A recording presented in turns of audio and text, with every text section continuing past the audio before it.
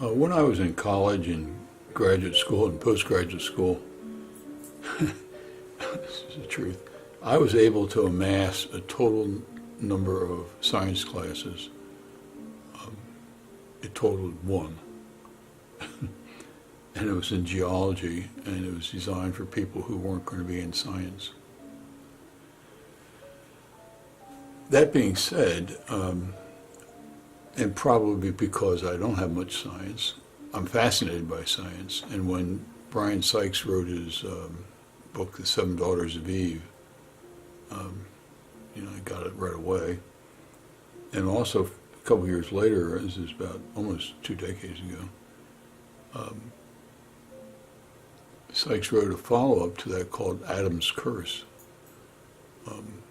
Adam's Curse is an interesting story about what Sykes thinks is going to happen to men of the Homo sapiens, meaning that men are kind of the weak link of evolution, and that if we don't kill ourselves in the process, that in 100, 150,000 years we'll die out and women will continue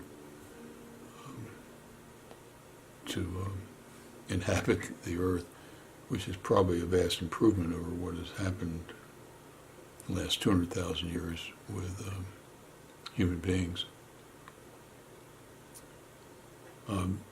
But this essay today is really about the Neanderthal.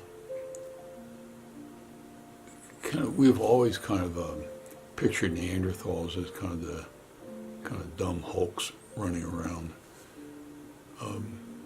And what's interesting is that they came on the scene about 400, 450,000 years ago. Human beings came on the scene 200,000 years ago. So they have been around over twice as long as we have been here.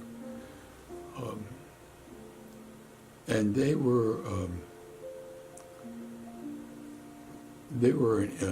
basically in Europe at the time when Homo sapiens, or our grandparents, came from out of Africa and then up and divided east and west into the world. And it's incredible about they intermingled socially, and also were able to procreate between the two groups of human beings or hominoids. And so this essay is about Neanderthal. And what's interesting is that when Sykes wrote his book about Seven Daughters of Eve, you could send, which I did, I forget what the amount of money was, to Oxford, and they would send you a little vial with a piece of paper, and you stick it in your tongue and put it back in the bottle and send it back. And then they could process your DNA and tell you which of the 7 daughters you came from. And that was fascinating, but what was almost equally fascinating was that my son, a couple of years ago, had his DNA processed. And when Sykes did his, they weren't into checking Neanderthal DNA.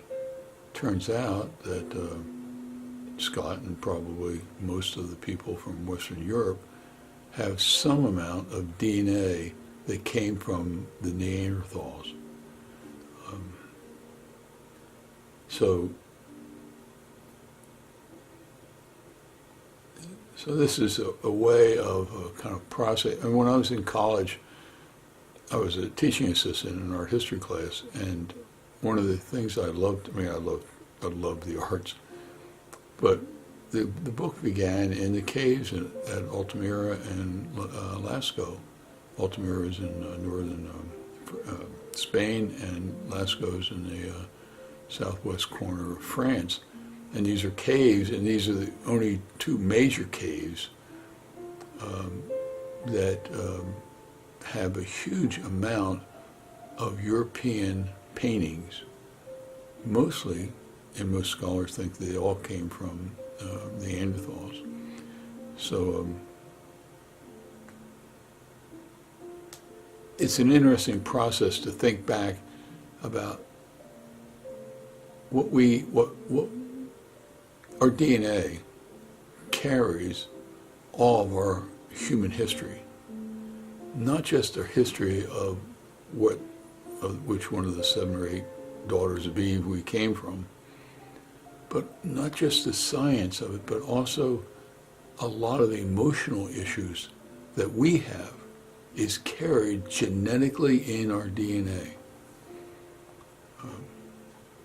We're not a tabula rasa when we're born. We come into the world filled with data that is already stored there for millennia. So I admitted at the beginning of this video that I'm not a science expert. But whether you're a science expert or not, it is interesting to understand the human condition and what makes us who we are. Thank you for your time watching, listening to this video, and for reading this essay. In the meantime, you take care.